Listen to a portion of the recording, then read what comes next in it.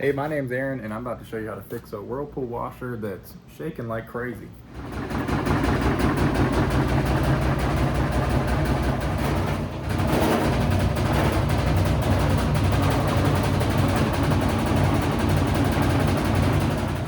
So before you get started, the first thing you want to check for on this style washer, if you push that up and down and it bounces like that, you definitely need to change your suspension rods. And this is the same for Amana brands, Whirlpool, anything made by Whirlpool, even other brands like Samsung, Maytag, something like this. They're all going to be very, very similar. So if you have anything like this or the other styles, if you push down and it bounces, it's definitely time to change those suspension rods. Another common issue would be your washer shook too loose and it actually, one of the rods came loose. When your tub is sitting like this, that's also a sign that you're probably ready to go ahead and change the suspension rods. Before you try to do this repair, what are you washing in your machine? Is it a level load? If it's just one hoodie or towel like this, it's most likely going to cause it to go off balance and bang around every single time. So before you do that, make sure you have a balanced, even load. If this is not bouncing and your load looks like this, you'll still have the same issue. And it's not an issue necessarily, it's more of it was loaded incorrectly. So don't do this repair if you're loading things like this and it's banging around. Just put a more even load in the machine. What you'll need to start, this is a very simple repair. I prefer the drill with a 1/4-inch drill bit. If you don't have that, you can buy a screwdriver like this, which is a 1/4-inch bit, or you can even use a socket that's a 1/4-inch. So that's mainly the only thing you're going to need, plus the part. I prefer to order factory parts. They are usually the best. There are some aftermarket parts that can help as well. That's a risk you have to take. This is the part number for this exact machine, and you're going to have to check that based on your model number. I'll show you really quick how to find the exact part number you need for that machine. This is something that, when you're working on your own appliances can be very complicated, because sometimes when you Google it, it doesn't show you that exact part number. So I'm going to show you for most American-made machines, Whirlpool, GE, Kenmore, all that within Whirlpool. This website will definitely help you out. So let me show you that. It's called tribbles.com, Tribbles. They also sell the parts, and I will link that in the description as well. This is going to show us the exact washer we're working on. It also shows you diagrams. If you're looking for a specific part and you don't know the name of it, you can click on that diagram and it has like it all laid out here. I believe what we're looking for is going to be under this. No, it's going to be basket and tub parts.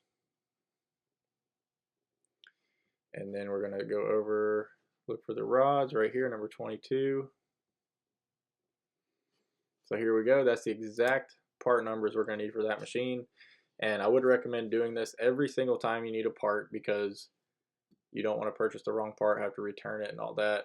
If you don't want to purchase through this website, you can copy and paste all their information and see if there's another place you want to purchase. If you want to purchase it used on eBay, they do have multiple locations across the United States if you're needing to purchase these parts, in store. The model number on most of these Whirlpool machines are going to be over here, here, or potentially back under here. You're going to want to verify that model number is correct before you order your parts. All right, so let's get started. First thing you're going to want to do is unplug your machine. That's always the best. So unplug that. It'd be best to go ahead and disconnect all your water and drain hoses. I already have my water disconnected. And then what we're going to do is come around to the back side of this machine. Once we're to the back side of this machine, we're going to start by removing this plate here. You can let it fall if you're using one hand. Then you're going to take off this screw here. One more screw on this side. Then that's all you have to do for now. So now that you have the back completely disconnected, this is a trick on most Whirlpool washing machines. Lift your lid up. You're going to pull this forward towards you. See how we created that space there? Then we're going to pull up on it, straight up, and then push it back. And then that should disconnect it and let you lift the top. Once you lift the top, I like to lean this back. It'll kind of sit in these tabs if you like. And you're going to let that sit against your wall. And then you can get to your suspension rods. They're on each corner, 4 rods total. This specific machine was missing a suspension rod. That was another reason to cause it to shake and go crazy. So we are missing one, but we are going to replace all 4. So let me show you the best way to do that. So you're going to reach down. You'll come over this way, I'll show you. Reach down, grab that rod. We're going to pull up on that and then pop this top piece loose. That will come out. You can throw in the tub for now.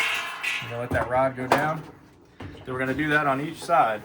Pull up, pop the plastic piece loose, let the rod hang down.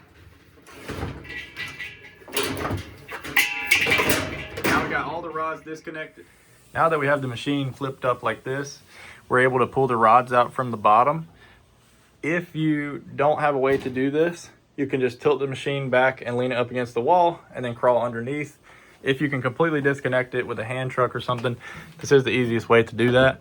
Once these rods are loose, they're just going to pull straight out just like that. There we go. So we're going to take those out on each side. Sometimes they're a pain. That rod we already took out because it was loose earlier.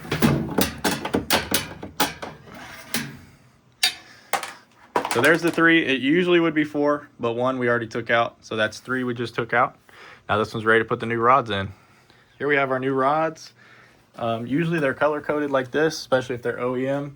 But if they're not OEM, they might not have the color. So what you want to do is get your new rods, put them next to your old ones, and just make sure they're the same length. So these are good. So we're good to go ahead and install these.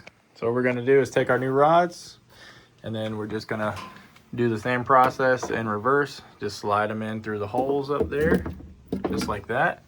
And we're going to repeat that on all 4 corners. It's the second rod.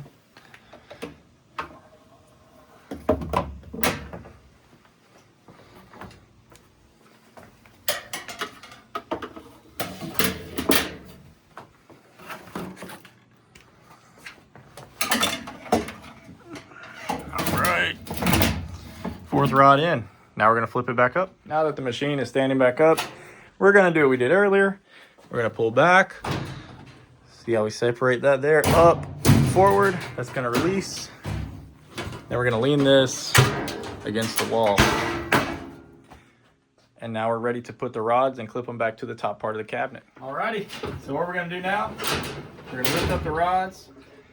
You can see how this piece slides. This is the newer style. So this one slides and then clips just like that. That's a different style that was originally on it. That's the ones they sent me. That's the old one versus this is the old one versus that's the new. So let me show you how to do the old one now on this side.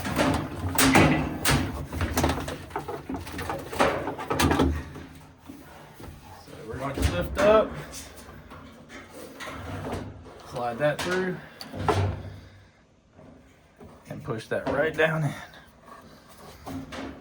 And then we're just going to repeat it on all sides. All right, now that we have all 4 corners in, your tub is going to sit level again. So we got 1, 2, 3, 4. Now when you push down, it should no longer bounce. It has play because that's how it's made. It will have a little play, but it's not bouncy. So that's exactly how it should be when you finish. And now we're going to button this back up and give it a test. Set the lid down. We're going to reverse the process.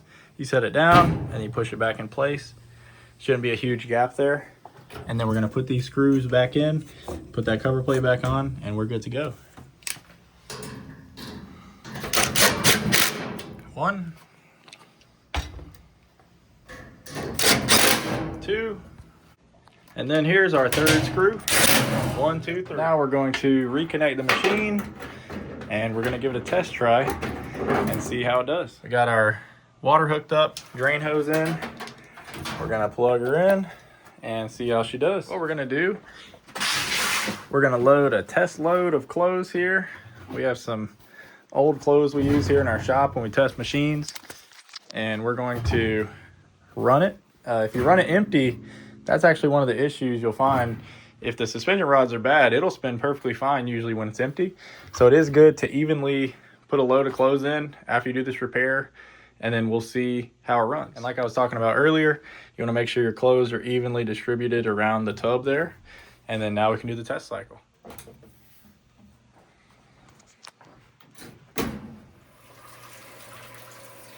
All right, we're going to test her out, see how she runs. The